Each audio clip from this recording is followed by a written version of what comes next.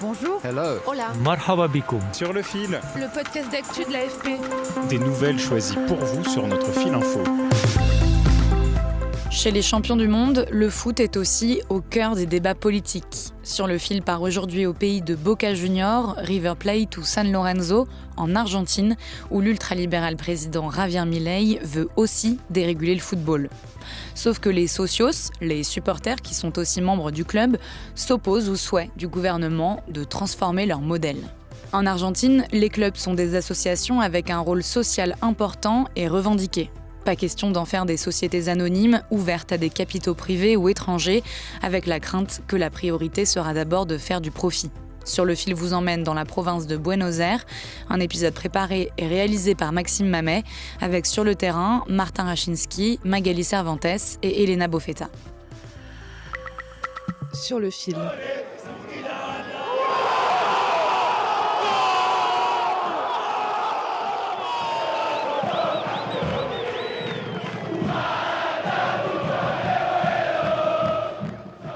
En Argentine, le football est roi et dépasse le cadre du sport. Comme vous l'explique Leonardo, ce fan du club San Lorenzo, rencontré aux abords du stade à Buenos Aires. Les clubs sont nés comme des clubs de quartier, sans but lucratif, pour attirer les gens, sortir les enfants de la rue, apporter une valeur ajoutée. S'ils se transforment en société anonyme, c'est comme s'ils perdaient leur vocation de départ. Si le fondateur de San Lorenzo était ressuscité, je pense qu'il ne voudrait pas entendre parler de la privatisation.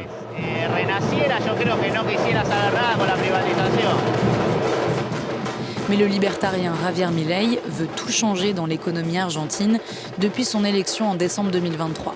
Et le ballon rond n'y échappe pas. Ardent promoteur de la dérégulation dans toutes les sphères de la société, il prône donc la liberté des clubs de s'ouvrir aux capitaux privés et étrangers.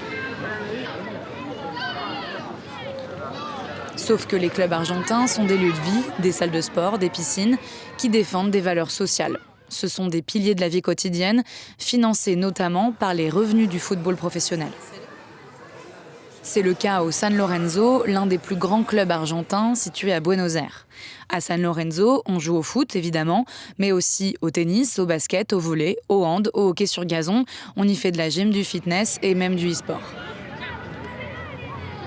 Écoutez l'avocat Martin Signa, l'un des dirigeants du club. Bien sûr, avec le nombre de disciplines dont nous parlons, où il y a des enseignants, des entraîneurs, des psychologues, des physiothérapeutes et une structure qui doit être maintenue, les droits et les cotisations perçues ne sont pas suffisants pour couvrir les coûts.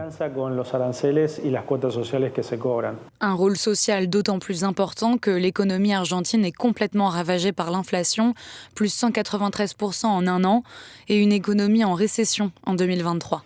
En el plano social, San Lorenzo también tiene un montón de otras actividades.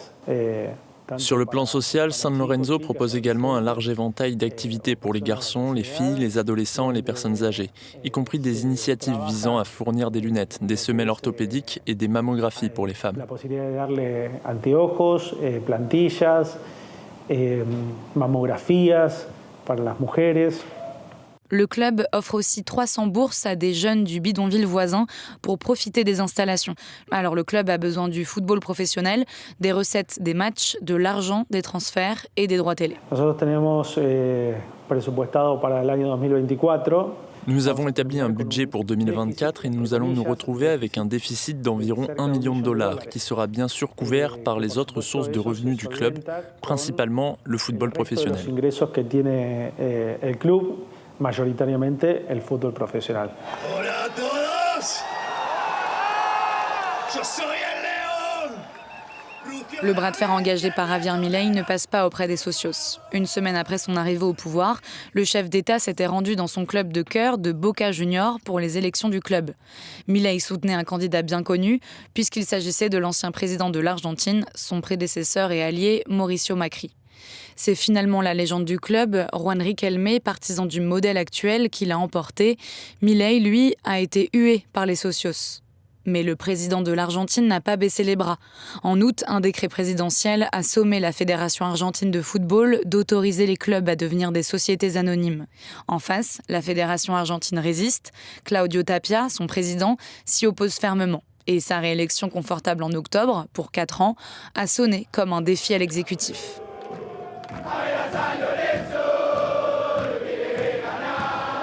Mais que craignent les clubs ?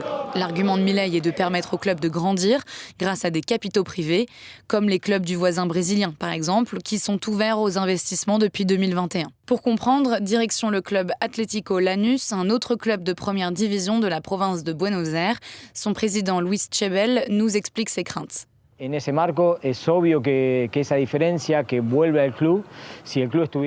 contexte, il est évident que la différence qui revient au club, si le club était privé, ne serait pas réinvestie dans l'institution, mais plutôt prise par ceux qui fournissent l'argent.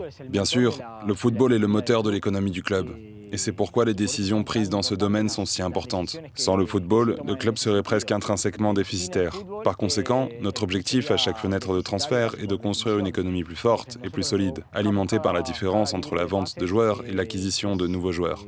Genera una economía más sólida, más fuerte, producto de esa diferencia que se da entre la venta de los jugadores y la incorporación de los nuevos jugadores. Pour l'heure, la balle est en touche. La fédération argentine a saisi la justice.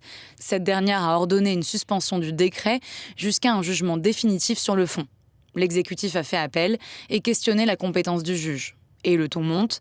Javier Milei a récemment menacé d'enquêter sur de possibles irrégularités de gestion au sein de la fédération argentine. Mais si jamais le décret, soutenu tout de même par certains clubs, était adopté, des économistes doutent que les capitaux affluent alors que l'économie décroche. Même si le contexte économique s'améliore, qui dit que les près de 1000 joueurs argentins qui évoluent ailleurs dans le monde reviendront ? Le foot argentin est aussi gangréné par les Barra Bravas, à la fois groupes d'ultras et organisations semi-mafieuses, liées à plusieurs des meilleurs clubs de football du pays. Début novembre, 2 dirigeants de la Barra Brava des Rosario Central ont été tués par balle. L'ex-star du PSG, Ángel Di María, avait par exemple renoncé à venir finir sa carrière à Rosario Central, son club d'origine, à la suite de menaces le visant lui et sa famille. Sur le fil revient lundi. Merci de nous avoir écoutés. Je m'appelle Camille Kaufmann et je vous dis à bientôt.